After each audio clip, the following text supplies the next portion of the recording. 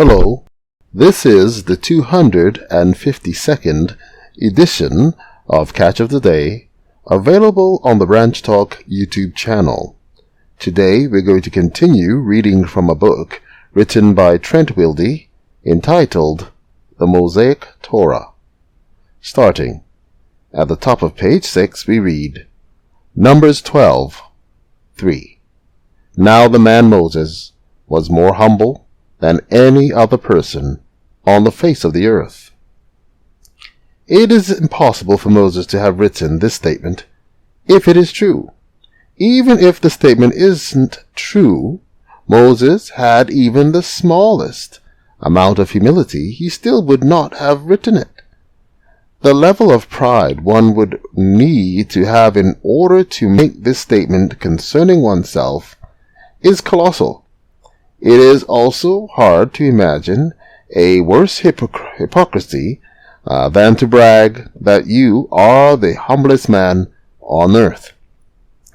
Attributing this statement to Moses paints him as the most hypocritical egotist this world has ever seen. In light of this, how could it be anything other than anti-Moses to claim that he wrote the Torah? By the same token of logic, it would be equally anti-Torah, since it paints the Torah as the words of one of the world's most contemptible men. Deuteronomy 1 verse 1. These are the words that Moses spoke to all of Israel in the wilderness on the other side of the Jordan, in the desert plain of Suf, between Paran and Tophel, and Laban, and Hazeroth, and Dizahab. The places described as being on the other side of the Jordan are all east of the Jordan, outside of Canaan. This should be obvious to everyone who knows the story of the Exodus, even if they are not familiar with the geography of the region, since Moses never crossed the Jordan into Canaan, and he is supposed to have delivered a speech at the location described in this verse. To speak of the land east of the Jordan as being on the other side of the Jordan is to speak from the perspective of someone on the west of the Jordan, in the land of Canaan. Since Moses never crossed over to the west of the Jordan, he could not have written this passage. Moreover, calling the east side of the Jordan the other side of the Jordan is not an anomaly of this verse. It occurs several other times in Deuteronomy 1:5, 4, verse 41 and 46, 47 and 49. Deuteronomy 2 verse 12. Previously the Horites dwelt in Seir, but the children of Esau dispossessed them, and destroyed them from their presence, as Israel had done to the land of their possession, which the Lord had given to them.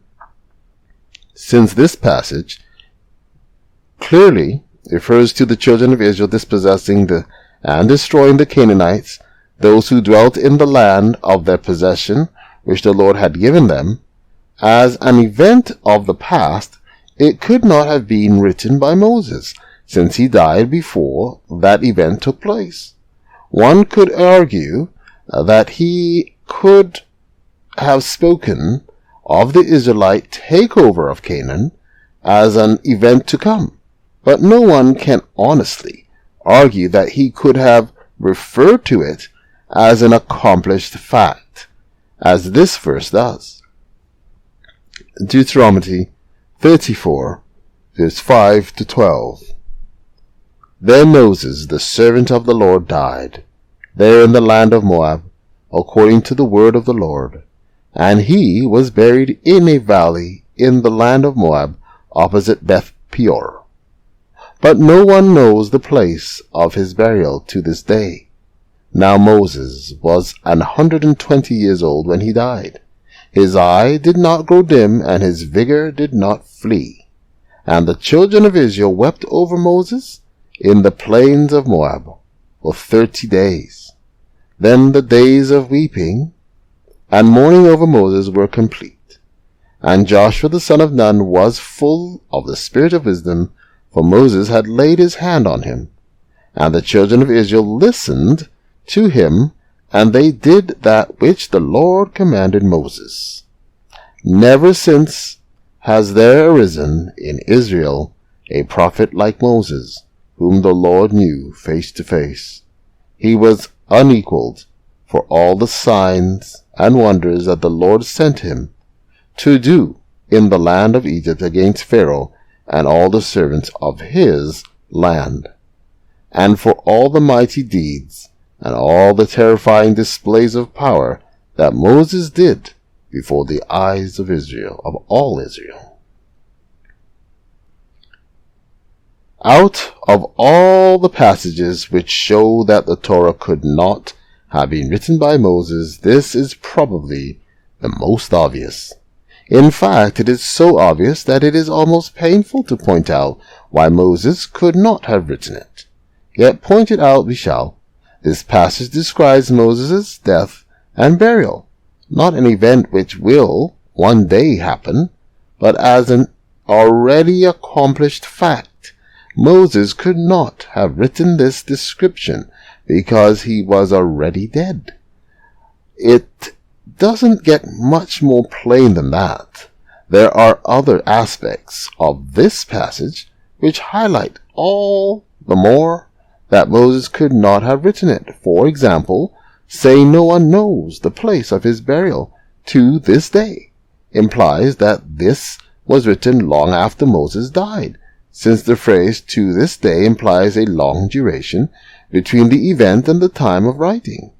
And then we have verses 10 to 12, which, as we saw earlier, amount to Moses bragging about himself as being the best prophet in an only thinly veiled way. That is, if we attribute the passage to him. More than that, to say never since has there arisen in Israel a prophet like Moses, and that he was unequaled, implies that other prophets had arisen in Israel to whom Moses could be compared. Altogether, these aspects show very clearly not only that Moses didn't write this passage, but that it must have been written a considerable time after Moses had already died. There comes a point when the weight of evidence tips the scale, and unless we are going to cheat the balance, we must humbly and honestly acknowledge where the evidence falls. In this case, the evidence shows beyond a reasonable doubt that Moses did not write the Torah. To be sure, this does not mean that Moses didn't produce written material, nor does it mean that the Torah is absent of any such material. In fact, there are 6 documents for which the Torah claims Mosaic authorship. Exodus 17, verse 14, and 24:4 and 7, 34, 27 to 28, Numbers 32:2, Deuteronomy 31:9 to 24, 31:2, 22, and at least 5 of those 6 is quoted possibly in full.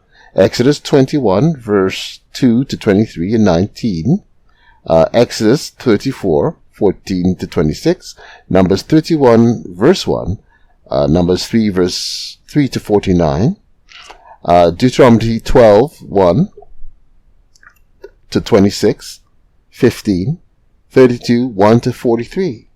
Keep in mind, however, that these quotations comprise a very small portion of the Torah, and they also constitute another line of evidence that the Torah was not written by Moses, since they are examples of the Torah distinguishing it between itself and the texts which it regards as of Mosaic origin.